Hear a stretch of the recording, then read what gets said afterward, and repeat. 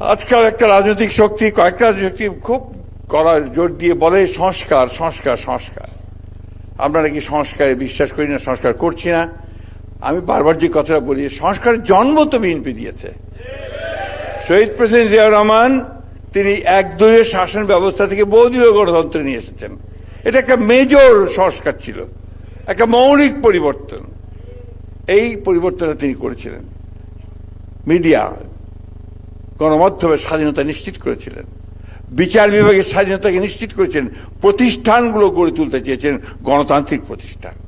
এই বিষয়টা খুব জরুরি এবং এটাই হচ্ছে একটা রাষ্ট্রকে, একটা গণতান্ত্রিক রাষ্ট্রকে গড়ে ওঠে শুধু তার প্রতিষ্ঠান নির্মাণের মধ্য দিয়ে। এবং সেটাই প্রেসিডেন্ট জিয়াউর রহমান সাহেব তার কাজ শুরু করেছিলেন এবং অনেক দূর এগিয়ে গিয়েছিলেন। এই অল্প কথায়, বিশেষ করে যখন প্রধানমন্ত্রীর বক্তব্য অপেক্ষা করছে, সেখানে আর কথা বলার সুযোগ খুব কম। শুধু এইটুকু বলতে চাই যে শহীদ প্রেসিডেন্ট জিয়াউর রহমান সাহেব আমাদের সামনে সেই আলোকবর্তিকার মতো, যার দিকে তাকিয়ে আমরা সামনের দিকে এগোবো। প্রতিটি ক্ষেত্রে, রাষ্ট্রের এমন কোনো ক্ষেত্র ছিল না যে ক্ষেত্রে তার হাত পড়েনি।